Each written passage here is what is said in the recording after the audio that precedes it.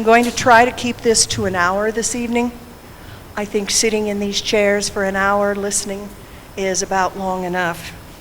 My name is Peggy Morrison, and I live at 4415 South Avenue West. I'm George Hirschberg. I'm Vice President for the association. I live on the corner of Homeowners on Down Road, a lot right next to where the Union Mart and Jack Twain, right next door to them. What we have done just now is hopefully model for you how we would like you to present your information to the group. Identify yourself. If you would be kind enough to offer your information and questions to either George or to myself. If you've asked a question and we know that it can be answered by someone in the group, I will get someone in the group to answer that question. If you have asked us a question to which we don't know the answer at the moment, I have 3 wonderful people at the back of the table there who will be writing your questions down. And if we have an email address for you, we can get the answer to your question to you. Or we can say, hey, we haven't been able to find an answer. This is strictly informational tonight. We are not headed toward a decision. We are not headed toward making a plan. We are simply here to be educated, to share the information that we all currently have on the Maclay Bridge. We have with us this evening 2 gentlemen who graciously gave up their evening from the Department of Transportation, and Doug Moeller, who is the district supervisor, and Kent Barnes, who is a bridge engineer and can answer some of our questions. Thank you, gentlemen. Other than the presenters, and this evening it'll be basically 2 gentlemen from the Maclay Bridge Alliance, everyone will have 3 minutes. Now that doesn't mean you can only have 1 3-minute period. If we've gotten through all of the people that want to ask questions or make comments, and you have a second thought you want to present, please do so. There's a microphone in the back there that those of you towards the rear, if you'd like, you can walk to that mic. George and I will both have access to mics here that we can bring to you. I ask that you put it on a mic because there are some of us that don't hear as well as we used to. And it would be nice for everyone in the audience to be able to hear the questions and the responses and so on. George, is there anything I haven't covered at this point? Inevitably, there will be something as we go along. But at any rate, this is being taped by MCAT. Ron, do you know whether we'll be on the program or are we just getting taped? Are we on the programming schedule on the TV? All right, we'll check on that. Brianna Roy is with us this evening from KPAX.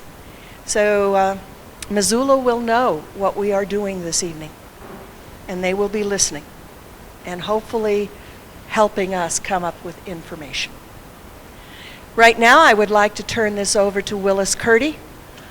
And Willis, I'll let you identify yourself and what you're going to do.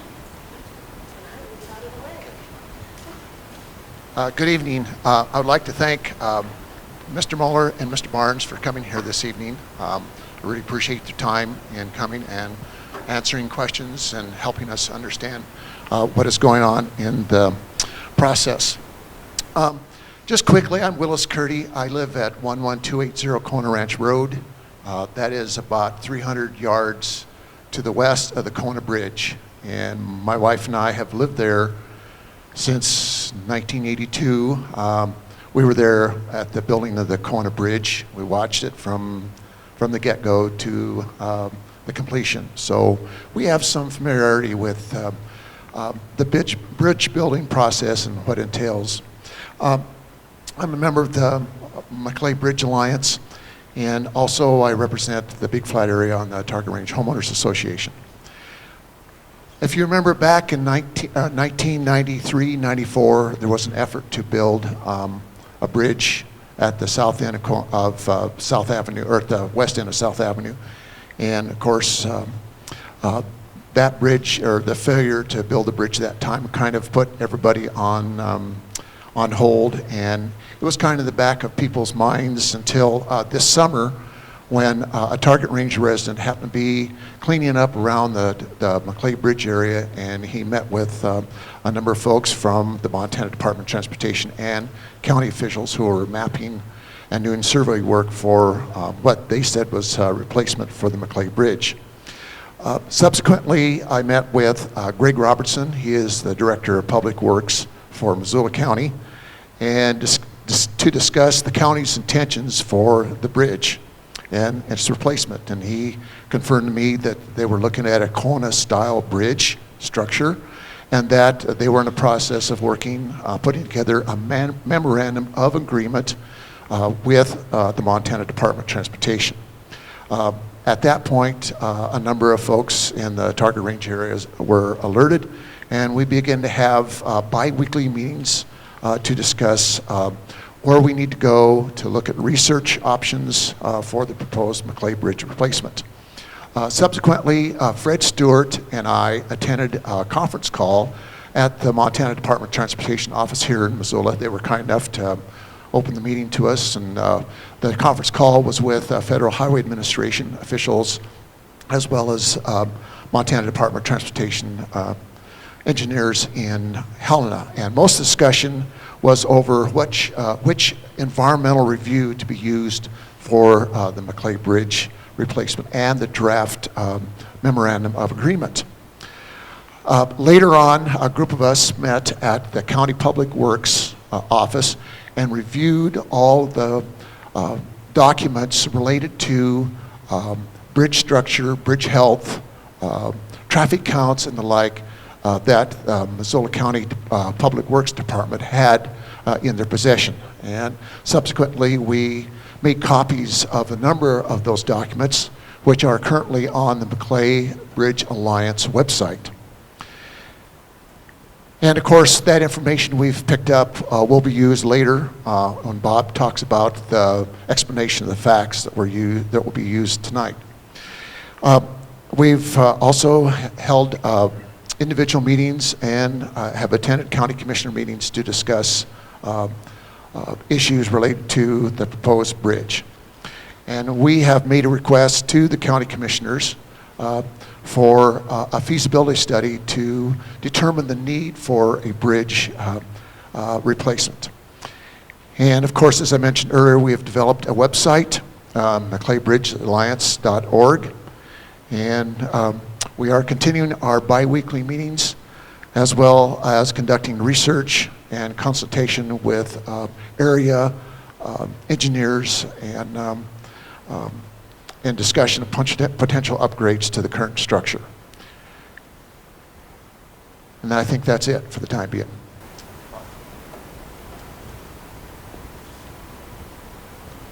Thank you, Willis.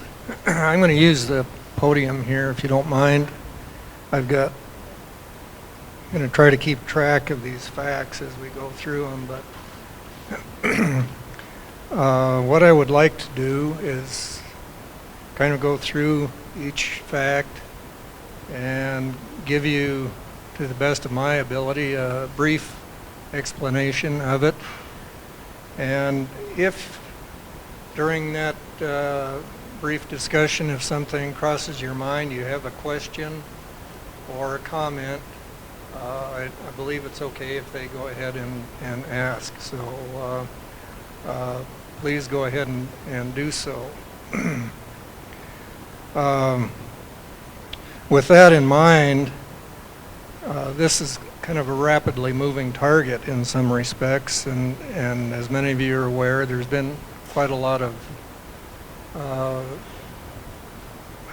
quite a few articles in the paper and so on, and some of the comments that have followed that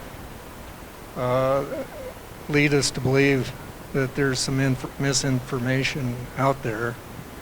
And so one of the things that I'd kind of like to set straight right from the beginning here is that the mayor of Missoula is not involved in this to my knowledge, in any way, shape, or form. And so if you have a question or a problem or want to make a comment to the folks in charge, you need to address it to the county commissioners. They're the ones that make the decision whether we go or don't go with this project. So that's item number one here. The next one, you can follow along. I have we have provided a fact sheet with explanations before you. And I'm not going to read everything I've written down there, but you can kind of follow along. You may have some questions from that already, and that's fine. But Missoula County is preparing a memorandum of agreement between the county and the Montana Department of Transportation for the design and construction of the replacement bridge. The significance of that is that it is for design and replacement, and it's not for investigation or anything other than perhaps the environmental studies that preclude or predate the actual bridge design. But that document is in its draft form, and it has basically told us that the state will be responsible for design and construction of the bridge. They will be responsible for the design of the approaches, and the county will be responsible for the construction. So this is not a freebie for those of us that live in this area. One way or the other, the county is going to pay for some of this.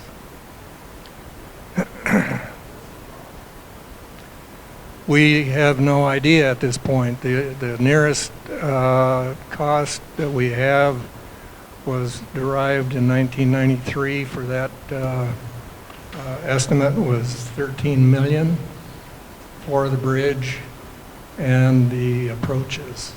What did Cone cost? I don't know. Don't have it. Seems like that on the bill. We can look that up and find it, we just don't have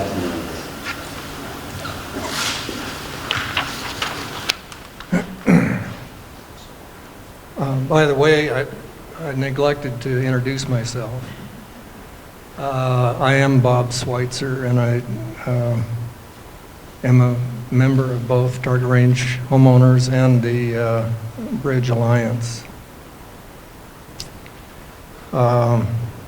Federal funding for this project was considered in 1993, and basically it seems to have gone to sleep at that time period or after 1994.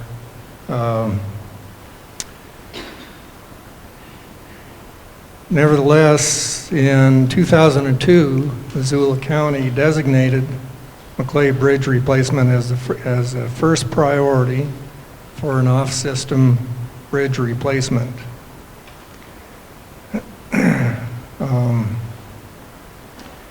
And that prioritization is one of the things that has us concerned. We have the estimated cost in 1993 was $13 million, as I mentioned, and that cost has never been updated. The 1993 environmental assessment never did produce a record of decision. So what that means is there's not a finalized determination that the bridge will be at, for example, the west end of South Avenue, or any alignments or anything like that. It still remains to be determined.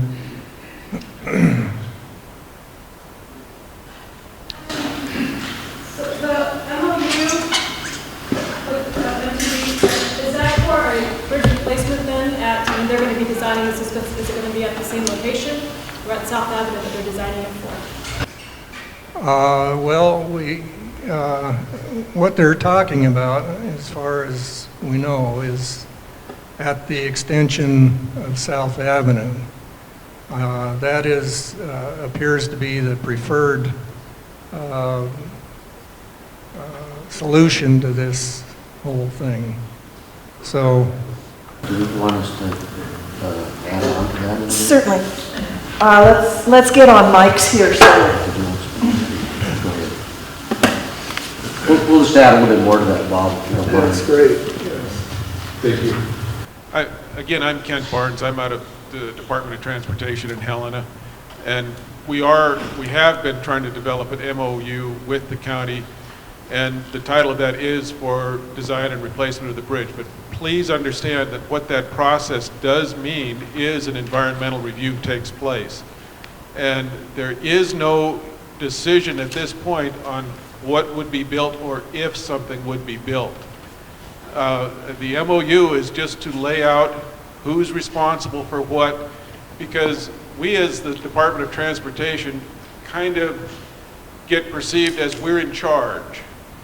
And this is a county project, and we want it clear in that MOU that this is a county project, and it is the county that is in charge, and we are working more in a support role to them. So, but the MOU really is intended to just lay out those types of items.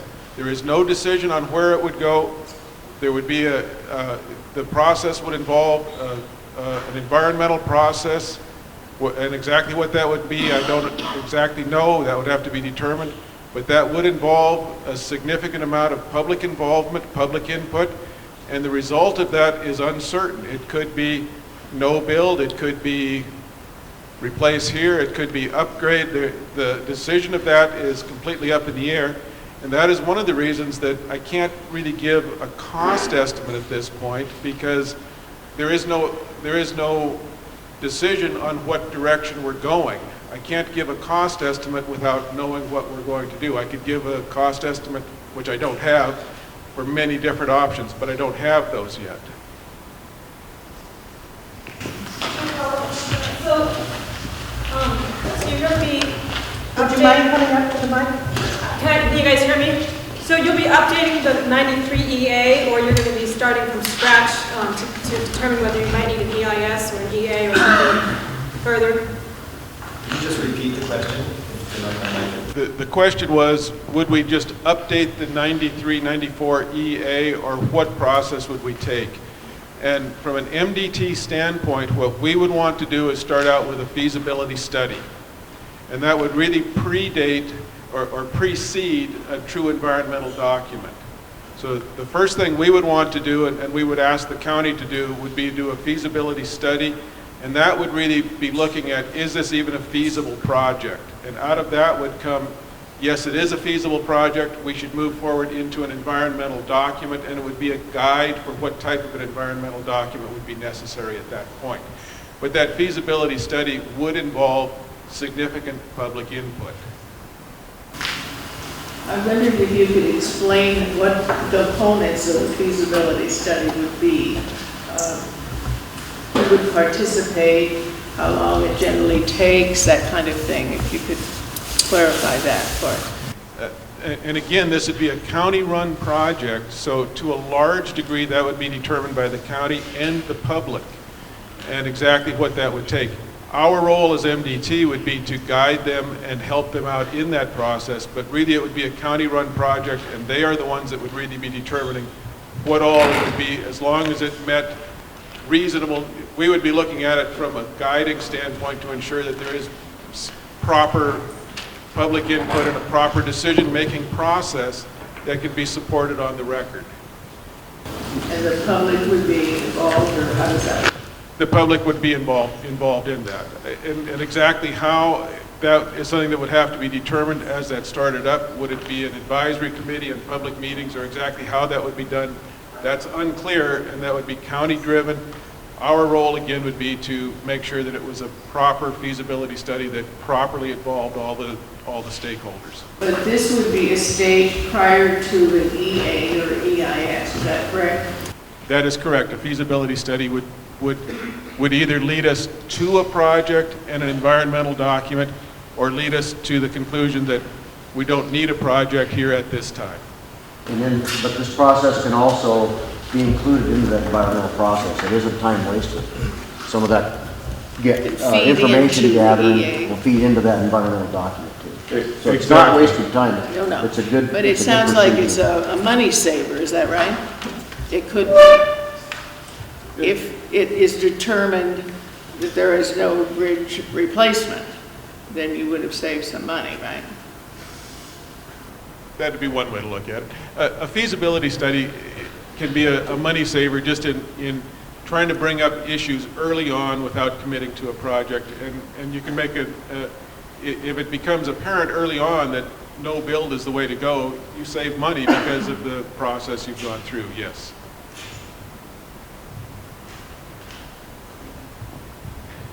Thank you, Kent.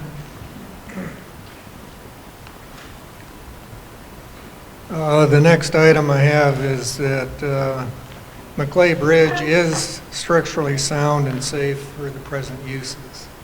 And as I'm sure you've all noticed if you've driven the bridge and so on, it's posted. It has weight limits and vehicle weight limits. So if you remain under those weight limits and so forth, why it's a safe bridge.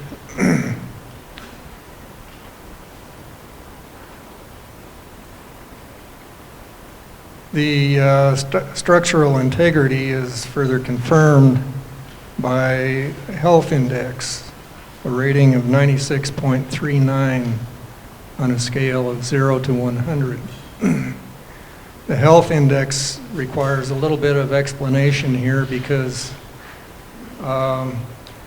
as near as I can tell, it's a relatively new concept, and as a matter of fact, does not even appear on the bridge inspection reports prior to 2003, I believe. It's the 2002 report that we have does not have a health index. 2003 does.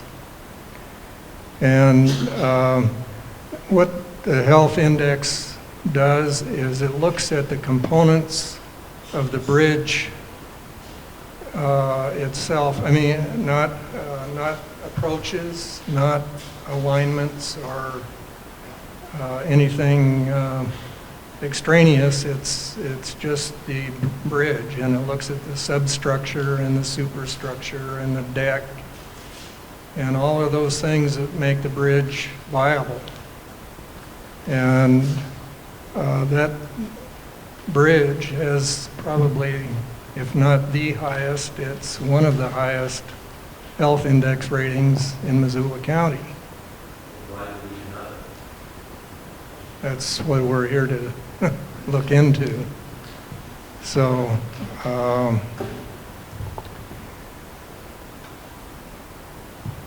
Maclay Bridge, however, is functionally obsolete, and that's a determination that is made. I probably have that out of order in my listing here.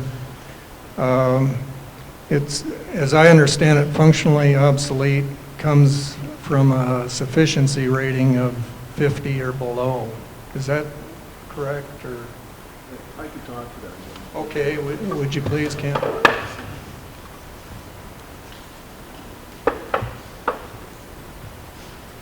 Again, my name's Ken Barnes. The information you got on structural health index, I think that was a good representation. The structural health index of the structure is fairly high, and what that is telling us is the members and the bridge itself, as to what it was intended to be when it was built, is still in good shape. When we talk about it being functionally obsolete, the item that is driving that designation, and it's a federal designation, is in this case, really the width of the bridge. And you all know this, what you have is a single lane bridge. And you have a single lane bridge that in this case has an average daily traffic of about 2,700 vehicles going across it. And by the federal standard for that designation, that indicates that it is functionally obsolete. Now, for a single lane bridge like that, an average daily traffic of more than 100 would give it functionally obsolete status. So by that definition, 101 vehicles a day gives it functionally obsolete. This bridge has 2,700 vehicles a day. But again, that's a federal definition, and it is used in determining or helping to determine eligibility for replacement funding. But that's all it is. What makes it functionally not performing? And again, this is a federal definition, and what it's looking at is that traffic. So what I have is a single lane bridge that has two-way traffic and 2,000 vehicles plus a day. So functionally, by what's looked at in this definition is, can vehicles reasonably go across it with no more than minor interruptions. So at 2,700 vehicles a day going two different directions across a single lane bridge, the definition says that isn't functionally sufficient. How many years has that been taking place in functionally obsolete? Quite a few.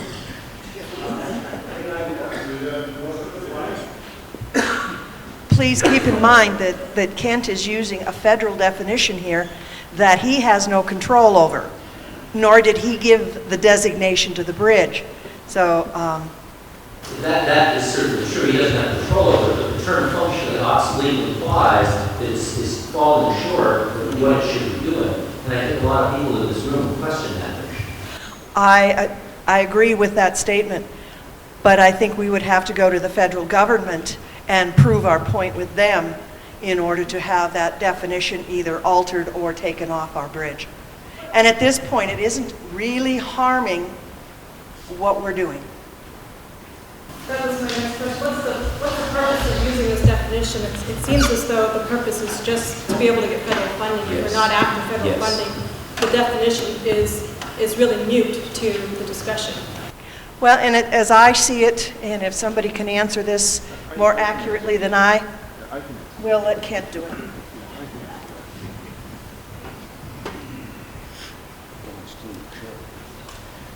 It's a very good question. What is the significance of it? And from a standpoint of this bridge, what it means is, with it being functionally obsolete, and the sufficiency rating it has, it is eligible for federal money. Okay. Other than that, there is no requirement for it to receive federal money. What the significance of the rating really is, and why the federal government has this rating, is we report these up, all states report these up in a consistent manner to the federal government, and they're used really from a statistical standpoint to overlook the entire inventory of bridges across the country and say, okay, how is our infrastructure performing? And in the roll-up, you can look at it and say, what percentage of our bridges are functionally obsolete? The other designation that you hear, and you may have heard it, is structurally deficient. What percentage of the nation's bridges are structurally deficient? And from a roll-up standpoint, those numbers become a good indicator of the health of our infrastructure. What does it mandate for this bridge? Nothing. What does it provide to this bridge? Options. What it provides is the option if the county and the residents of this county wish to pursue it, it is eligible for federal funding. It's providing options. Sir?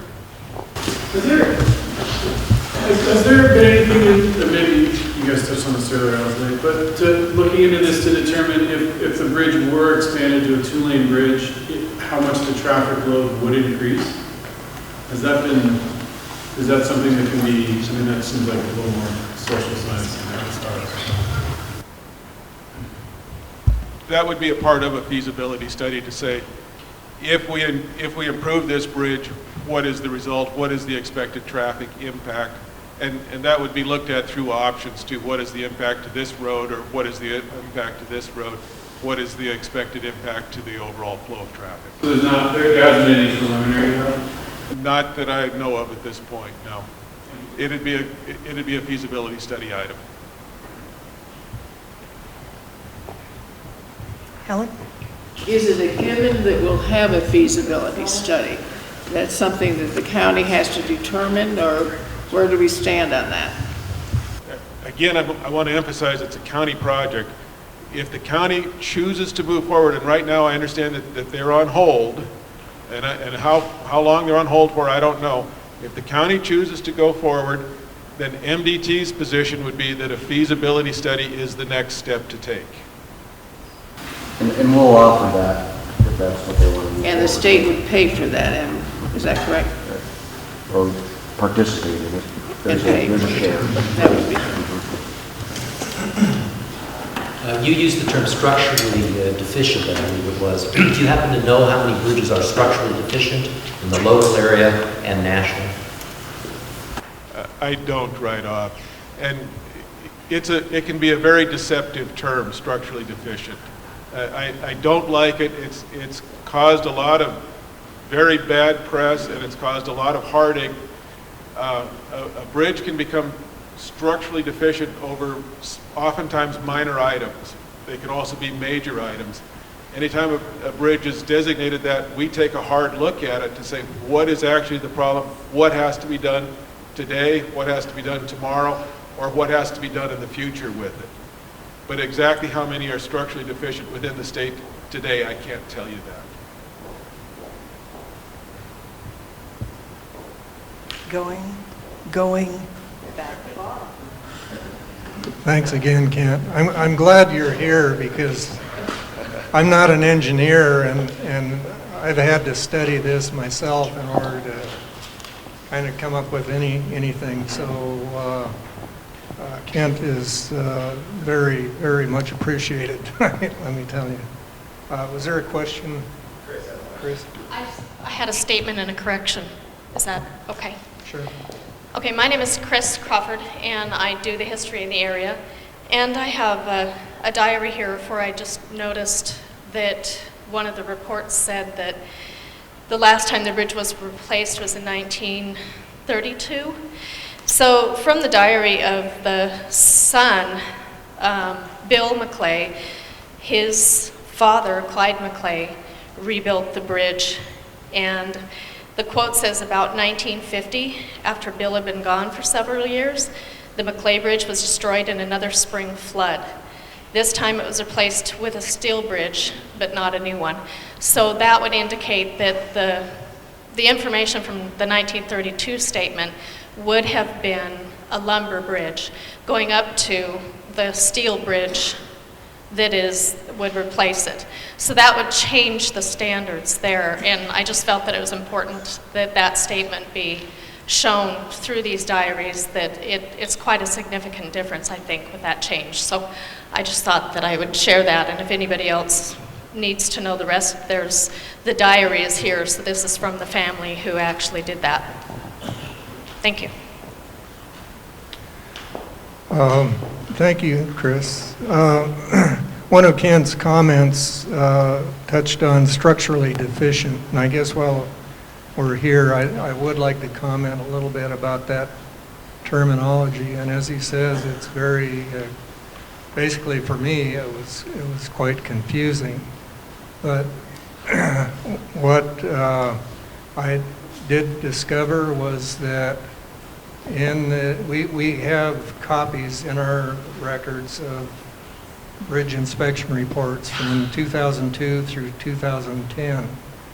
Those that preceded 2005, I believe, show the term structurally deficient on Maclay Bridge. But actually in 2004, the deck was replaced. And the old wooden deck was removed and it was replaced with a corrugated steel deck. And there were additional stringers put in. And then it was topped with asphalt. And that apparently removed the structurally deficient criteria. And it hasn't appeared on there since then. So Maclay Bridge is not structurally deficient.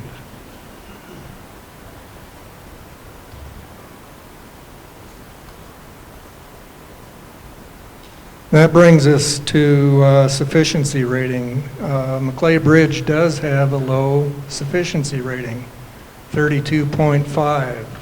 And again, this is a scale of 0 to 100. So we need to kind of take a look at that. It was emphasized here at some point, and so I think in the handouts that you have, my written explanation, I have given you a list of items that I'm not going to say do, I'm going to say may apply to Maclay Bridge and that sufficiency rating. And among those are the approaches, the approach alignments, and various things that go into that rating system. Now, I had to look for a while to find a good definition of sufficiency rating. And the definition, the best one that I found, came from Kansas State Department of Transportation. And it says sufficiency rating is a measure of the sufficiency of a bridge to remain in service. But if you look at all of those different aspects, all those elements that go into that rating, there are a lot of them that, we know that the approaches could be better, certainly. There could be some things done perhaps to improve it, but the bridge itself is in good shape. So, in looking at this, that sufficiency rating is commonly used for state and federal highways. Well, my personal feeling is it's a good rating system for state and federal highways. But I don't say that that necessarily applies to a rural county road. And that's the distinction that you folks have got to make as to whether you think it should apply to a rural county road or not.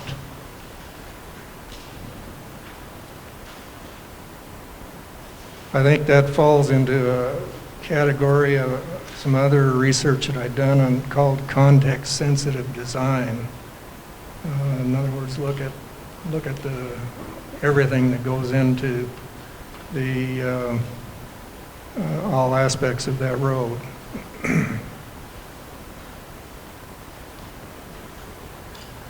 There are alternate bridges that exist at Buckhouse on Highway 93 South, and also Kona Ranch Road, and both of those bridges are less than 10 miles away from Maclay Bridge. They're relatively close. As a matter of fact, one of the recent comments that we had from the rural fire chief was that the time difference in a fire response going to the intersection there of River Pines and O'Brien Creek and Blue Mountain and Big Flat Road is 2 minutes and 16 seconds difference for the fire truck, whether he goes around to cross at Buckhouse and comes from the south, or whether he crosses Maclay Bridge. So in actual measured terms, why that's what he's saying. The average daily traffic count in 1997 was 2,700 vehicles. And in 2006, it's 2,774.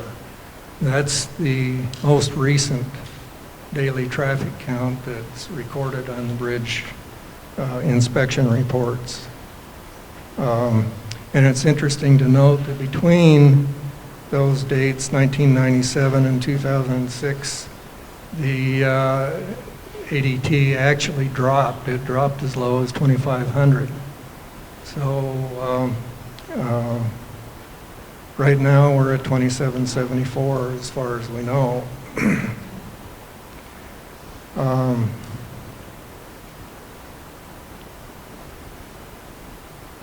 Let's see, the 1993 environmental assessment for Maclay Bridge replacement did indicate that the preferred location was at the western extension of South Avenue, but did not, as I mentioned earlier, did not make that final determination that it would be. Prior to 2004, the bridge capacity was limited to 10 tons.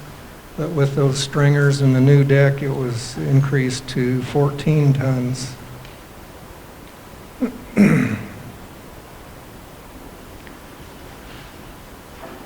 If they do build a replacement bridge, it'll probably be in the about the same configuration as the Kona Ranch Bridge. At that particular crossing, it looks like it would be 1,500 feet long.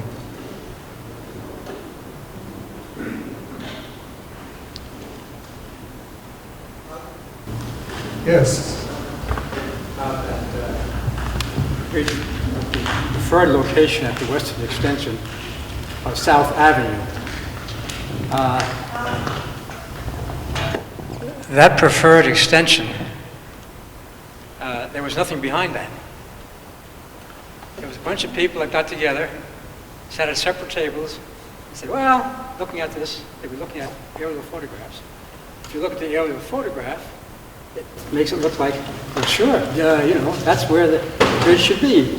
But there was no study done to come up with any, you know, looking at alternatives to say that's where it, you know, looking at all options, that's where it should be. So I just wanted to make sure that this choice of where the bridge should be is taken in the context that there's no real assessment behind it.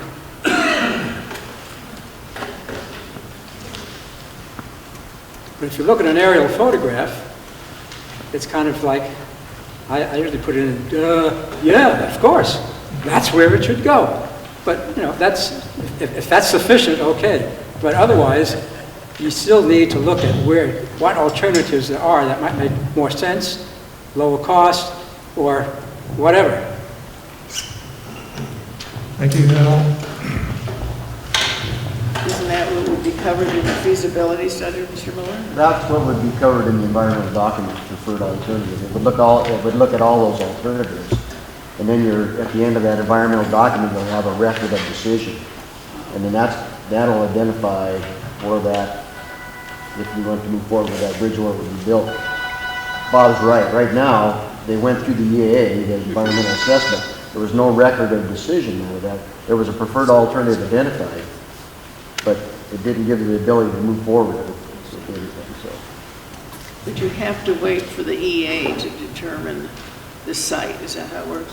Right, and then through that, there'll be a record of decision to certify that. I see. To be eligible for the funding down the road.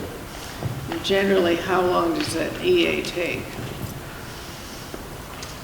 Well, I don't know if there's a timeline for that. We're doing one on Russell Street now that's been going on for quite some years. So I think it probably depends on the complexity of the project. and the amount of conflicts around that project. Yeah, I'm Thomas Peterson. I live at 4815 South Avenue West, just the west side there. Anyway, you said it's be like the Kona Wrench Bridge. On South Avenue, you drop off that hill, you're running about 3 or 4 blocks so you hit the river, 100-year floodplain. Now, do they plan on using fill and making a dam for everybody that's on the south side of that, or are they going to put it on pillars? And if they put it on pillars, how do they figure $13 million for 4 blocks worth of pillars to go across that bridge? Something's haywire. I'm the wrong person to ask about. There's a structural man. But I think at this point they're still waiting on the design. I know that a couple of the documents that we looked at the Public Works Department indicated that the bridge, at least the approach to the bridge, would indeed take off at the top of the hill on South Avenue, and what the paper looked as if it was saying, and I'd certainly be willing to send it to you, is that, yeah, there would be some kind of either pillars or fill or something, and so the people on the flat there definitely would have to be considered. And those are things that would be all part of a feasibility study. Does it make it feasible? Like the Kona Wrench Bridge, there's no way it could be like the Kona Wrench Bridge. That's only 1,500 feet. You're talking 4 blocks. Yes, and if they created a dam there, they would flood everybody off out on the south end there. I mean, there's quite a few homes down there.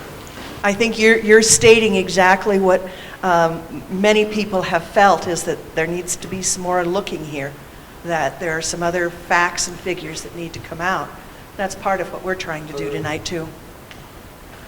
excuse me, Peggy, but back as part of that 93 study, there was what they call a backwater study done. And based on the Corps of Engineers oversight and so forth, they cannot have a backwater of more than 1/2 foot as a result of a bridge like that. So otherwise the Corps wouldn't permit it. So it's got to be a suspension, suspended in some manner, piers or something. And but there would not be any type of a dam there. Well, if it was piers, they can't be talking 1,500 feet. I mean, you're talking a heck of a lot more than $13 million. I used to work building dams, and I know the cost, what it costs for that cement. When you start talking that kind of a length, it's just $13 million when you begin to go.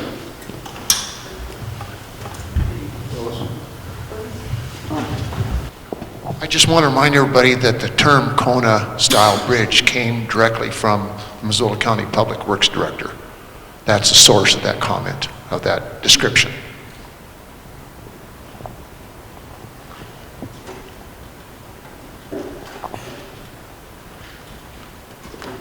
If the 93 EA identified a preferred alternative, they must have done some sort of analysis to determine the feasibility at that time, or no?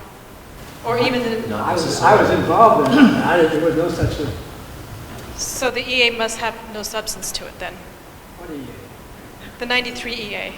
There is an EA document, although there was no decision made to it, which is the whole point of doing an EA, is to come to a decision, but the 1993 document did not come to a decision.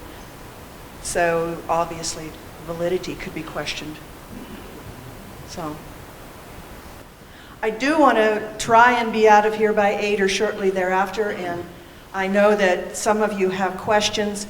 I don't know whether you've noticed, but I've got paper up on the wall over there. I know some people are reluctant to stand up and speak into a microphone. There's an opportunity there to leave us some suggestions and thoughts. Suzanne, if you'd like to, there'll be 2 legal pads coming around on clipboards. If you want to add comments there, please do so. You were given as you came in a questionnaire. If you need a pencil to answer that, there are pencils back on the table, thanks to Mr. Lofsgarden. And we do want your questionnaire return to us. This is not an official survey, it is just what it says. It's a questionnaire. And if you've got comments, please add them to that. And there's a box back there where Andrew Calvis is standing, the lady in the red. When we do dismiss or do leave, please put your questionnaire there. If you do have something specifically that you want answered, you have a couple of places to go. One is our website, Maclay Bridge. I need to back up there. I put the wrong hat on in that sentence. Let's put, okay. There is a website that you may refer to, and it is www.maclaybridge.org. And if you have questions, there is an email address there that you can put your question to, and the person will respond. So we are trying in as many ways as an association to gain information from you. And if you can talk to your neighbors and get information from them. We're not trying to take a poll or anything and say, this many were for it, this many were against it. We don't even know what it is at this point. We're just finding information. Don? Since time is getting a little short, Bob forgot to mention this, but if you look at the 3 or 4 pages that follow this fact sheet, there's an expansion of information on every one of these points. There's a great deal of information about these definitions that the federal government has and so on. And secondly, if you could take time to check off that questionnaire before you leave tonight, there's 4 questions where it's just a check off on it, and then the 5th question is to just check what area you're from. Now there's lots of space to write down your comments, your questions, but the basic part of it, if you're in a hurry, you can just check those off real easily. Don, did I say my name? No. I'm Don Lofsgaard. I would like to jump ahead for a minute, if I may, here to one other item that is not on this sheet, and that is Don, or excuse me,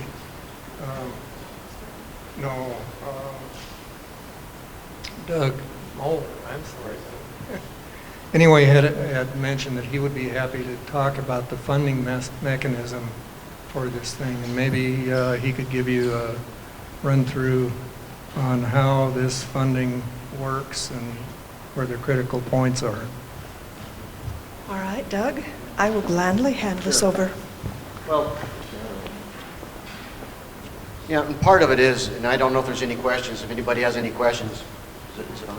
On how the off system, how this bridge was picked for the off system, on the county's priority list for the off system bridge too. So if somebody has any questions on that, Ken can probably fill that in a little bit. But as far as the funding for the for off system bridges, Bob, I noticed in your notes there under your headings that you mentioned congressional approval to move forward if the bridge was identified to be replaced. It doesn't really, we don't get congressional approval for that certain bridge. We've got, basically it's for off-system bridges in our highway program. And each year Montana receives approximately $300 million a year for our highway program. And part of that is bridges. And in part of the bridges, we have an off-system category in that portion too. So we wouldn't have to go get congressional approval if the project was picked. So I just wanted to let everybody know that. And then there again, that all depends on what our federal funding is in the coming years. Right now, we base our funding on what we've been receiving in the past, and as we plan, typically 4 to 5 years out, we plan on those dollars. We just don't know what to expect in the future, but we have to plan ahead. So that's how we structure those projects. Does that help? That helps. Okay. Gary,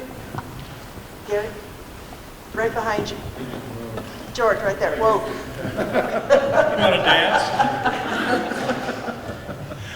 Gary Bonchek. Hey, one question, Kent, on feasibility studies. Who defines the scope of that feasibility study? In other words, can it expand further than, obviously further than the bridge itself?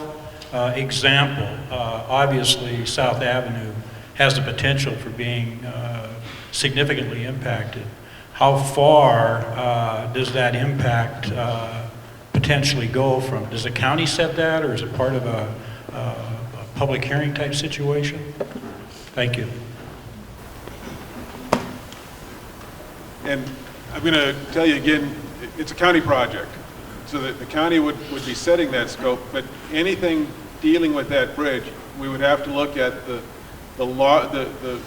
logically connected impacts to that. So if you're putting a bridge, and let's just say we're going to look at an option for south, which would be looked at in the feasibility. So what are the logical ramifications to that? Well, that wouldn't be way down on the other end of south, but it would certainly be some distance down south. So yes, it would look at those, it would look at the options and the reasonable ramifications related to that project.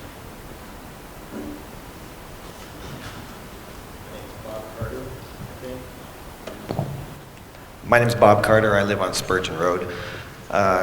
Is this a use it or lose it proposition for the county? If the funds are made available for the county and the county decides not to move forward with the bridge, do they get to use those funds some other way, or do they lose the funds completely and the funds are allocated someplace else in the state?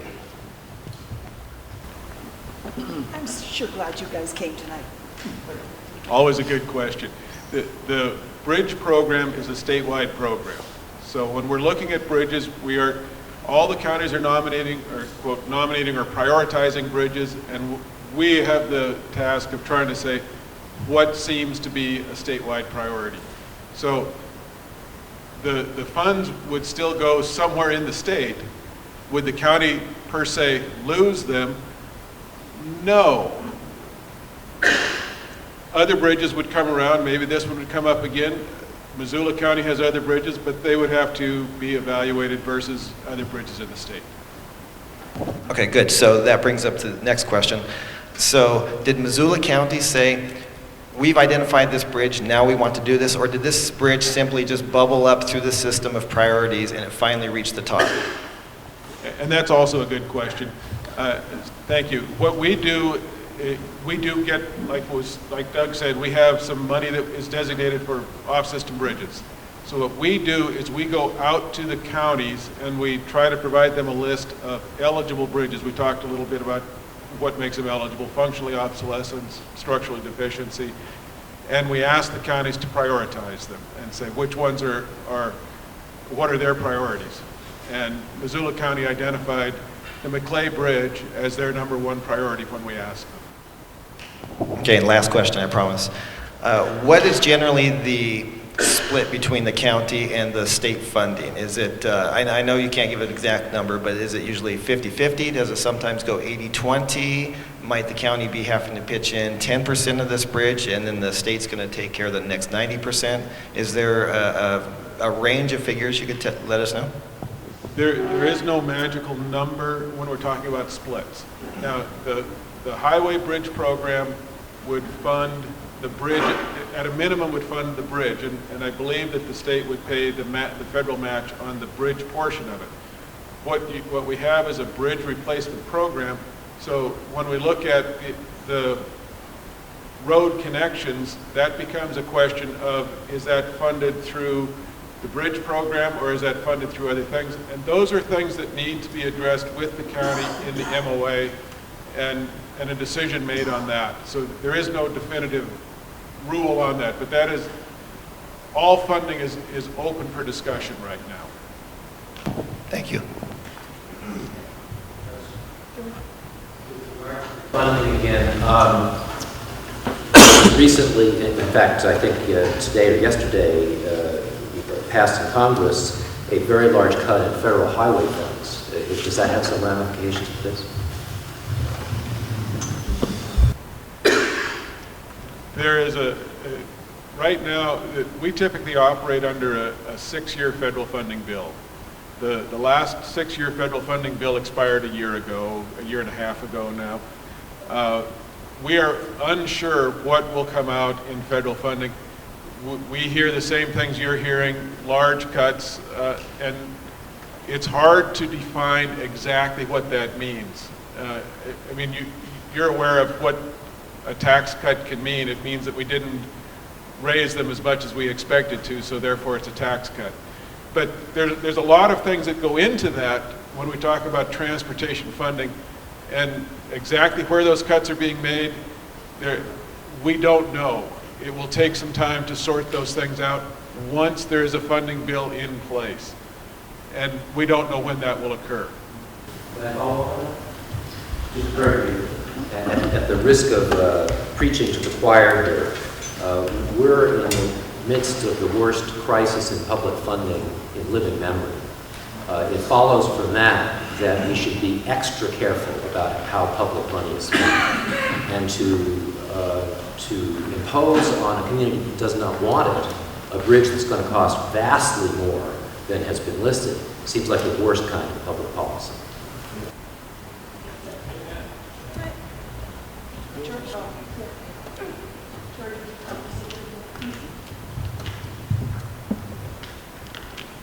I'm not sure if anyone here can answer this question, but do you know what the criteria were used for the county to determine this was a priority? Were we getting complaints of traffic? Are they expecting more development on Big Flats and on Target Range? Have there been safety concerns? What's driving this to be a #1 priority? That's one question that I don't believe the Alliance has been able to answer. I guess that's being politically correct. 2002 is the first reference to the fact that this bridge was the county's top priority, although we are aware of the history back in 93, 94. None of the records at Public Works has any reference to why. And the only thing that I have encountered is in a meeting where one of the county commissioners just said, well, I guess other commissioners thought it was a good idea. And again, I'm going to try to be politically correct here. That is one area that we certainly, I keep putting the wrong hat on, excuse me. That is one area certainly where the Alliance could continue to do some research and see what they can come up with. That is not a question I can answer. Does anyone? I'm sorry. The question was, are there other one-lane bridges in the county? And I think that could perhaps be extended to in the state. Once again? Elk Creek Road. Big Fork has a one-way bridge going into it. Pardon? On Elk Creek, okay. The ADT is much lower. That's what we're all here for, to find out what we know and what we don't know, and where the Alliance can continue doing their research. And the research will go on the website, correct, Mr. Carter? Thank you, sir. Yes? There seems to be a lot of opposition to it. What's your guys' take on the safety side of the ability to move a water fire truck across it? Excellent question. What is the take on the concept of, the idea of safety with this current bridge and not being able to take their #1 water engine across? Well, we just heard that there was a 2-minute difference between Maclay Bridge and Buck House to the intersection of River Pine and you know the intersection. You will find in your packet, incidentally, a letter from Rural Fire Chief Bill Caldwell, who was not able to attend tonight because he's taking a look in California. Oh, wouldn't it be nice to go to California right now? Anyway, at a new fire engine that they're thinking of buying and bringing up here. In my conversation with the fire chief, he indicated that there is a water truck currently stationed at Lolo, It is smaller than the one that is stationed here, but it can go across this bridge filled with water. So it is not a case of that the first responders have no water available to them. And I think safety is an issue in the minds of the county commissioners. And I think that is, and Commissioner Curtis is correct when she says that insurance rates are affected. So these are our thoughts. That's information to keep in mind because it is there in making a decision. Mr. Stewart, welcome back. You may have to turn that one on. Is it on? There should be just a... I think that the safety issue is one of the more important things that we would want to have feasibility analysis, because there's other ways to deal with response time, and you know, as lay people, we don't know what the options are other than a smaller fire truck, positioning a fire truck someplace else. If we're looking at I don't know, I can do the numbers easier if it's like $20 million, you know. A $20 million bond issue, well, that generates a lot of interest payments, and maybe it would be cheaper to position a fire truck someplace else. Those are the kinds of things that we would like to see examined in a feasibility study. And then that leads into my question for the folks from the state. The commissioners have made a comment that they would like to have a feasibility study that was managed by possibly the Office of Planning and Grants by the county rather than turning it over to the state.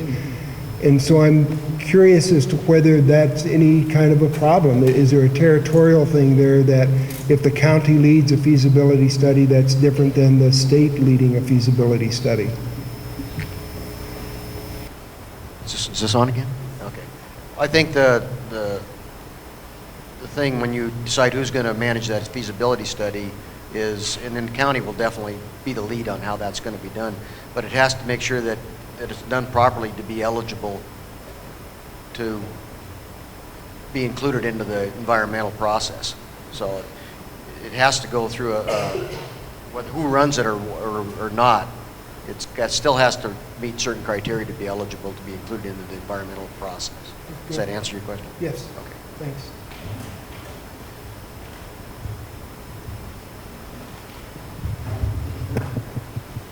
I guess I still have a concern here about moving forward with the feasibility study. I mean, that's still money being spent by the county, and we still haven't determined why we even have a need for this before we even start spending money on determining where it can go and how it can go.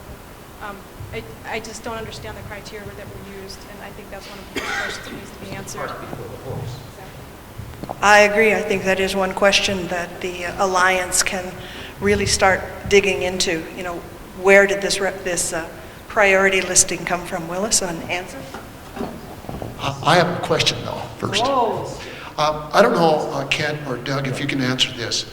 And we're assuming that where a replacement, if or where a replacement is built, what will be the right-of-way requirements for replacement? You don't know. Okay, what would be the minimum driving lanes? Because the county's talked about the smallest bridge possible. What would be the minimum driving lanes that you would, to meet federal standards, since there's federal money here? Or can you answer that question?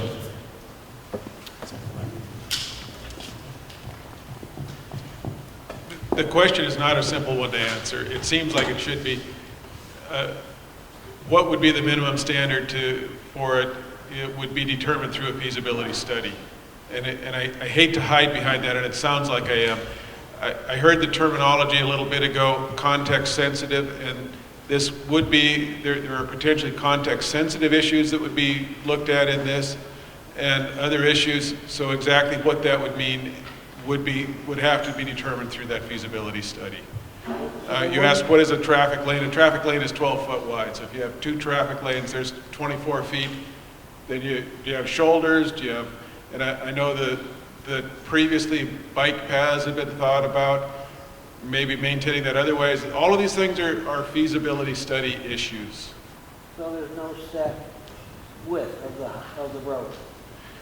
There is no predetermined width. There are standards that would apply, that we would apply if it were a on-highway system road, but those don't apply here. So no, there is no fixed minimum standard. The term off-system has been used here quite a bit this evening, and off-system is what the Maclay Bridge is. It is not a highway system. It is not a main arterial. And that is a term that we do need to make sure is at least defined in our own minds. Please, go right ahead. Well, I just wanted to thank you guys for putting this together. I know it's been an ongoing task, and I really appreciate it. And yeah. Thank you. And also for you guys coming over and meeting with us.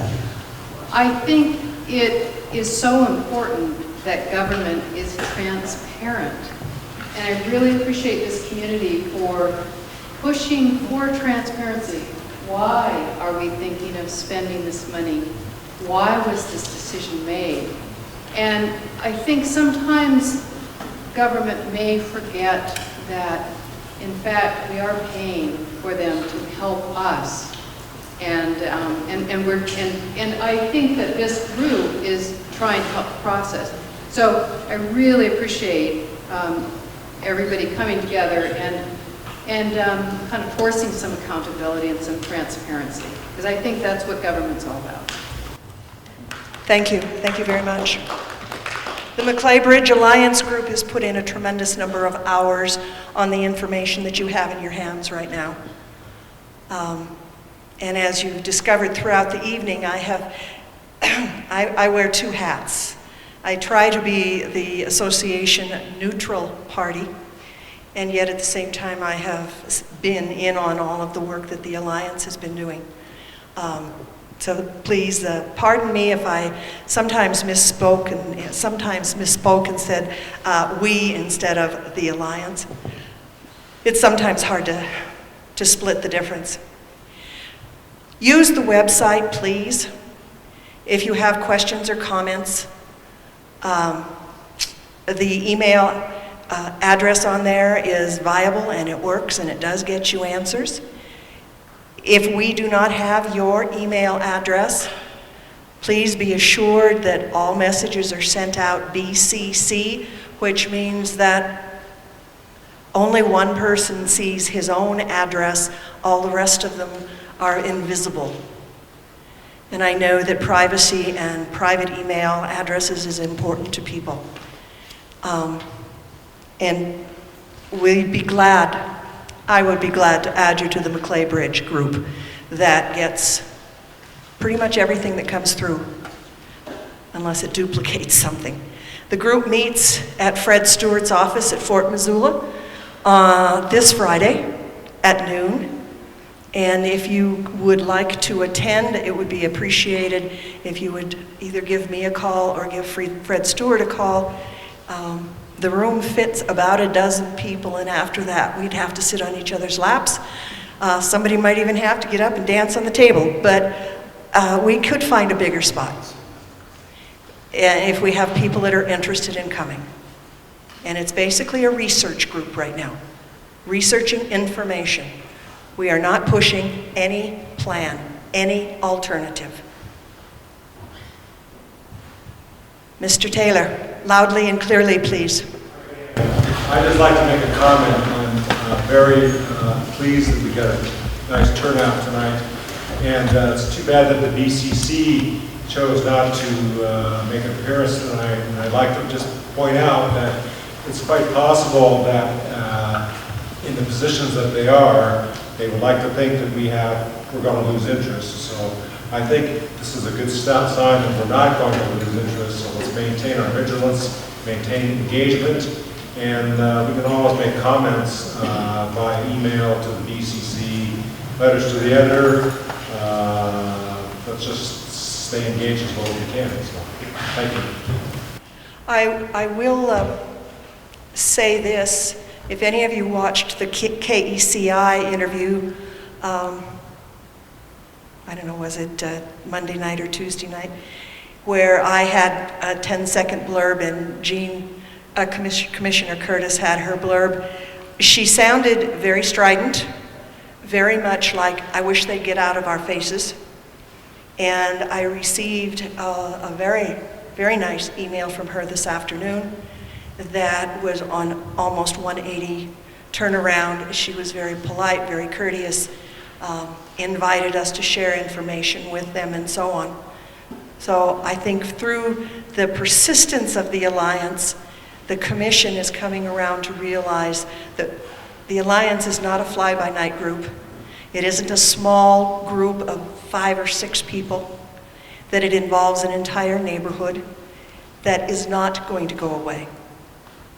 That we do want answers. Sir, they do work for us. And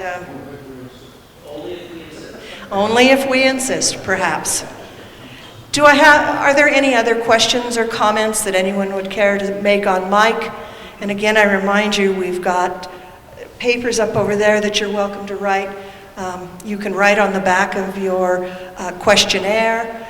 There are 2 legal pads coming around on clipboards that you're welcome to write on, because I do know that sometimes we just don't feel comfortable vocally expressing ourselves in front of a rather large group. Go ahead, Helen. I'd just like to say a special thank you. Put your mic closer to your face. You're on. Am I on? Thank Mr. Moeller and is it Mr. Barnes? Barnes for coming this evening. We really appreciate it. It's very, very helpful because we've been struggling for looking for answers. And you've been hugely helpful. Thank you. Yes, thank you very much, gentlemen. I hope you felt that it was an informational evening for you to at least to get a perspective of what's here. And Mr. Stack, I appreciate your presence this evening. Shane Stack is also with MDT and has been the unfortunate recipient of I take that back, it's not unfortunate, but he has been very cordial in allowing Willis and Fred to sit on teleconferences and so on, and that is greatly appreciated. It's nice to have government that we can contact that will say, here, what do you need? We can help you. Anyone else for the good of the order? I'm 19 minutes beyond the time I set, but I guess that's fortunate because any of you that have sat through a homeowners association meeting, I say an hour and we usually get out at 9. So, any other questions? If you'd grab the chair that you were, your questionnaires, please. Anything else that I should make for the good of the order that I'm forgetting? All right. If you would be good enough to put your chair in the rack upon which you are sitting, I'm sure that the rest of the executive board will put the others away. Thank you for coming and good night.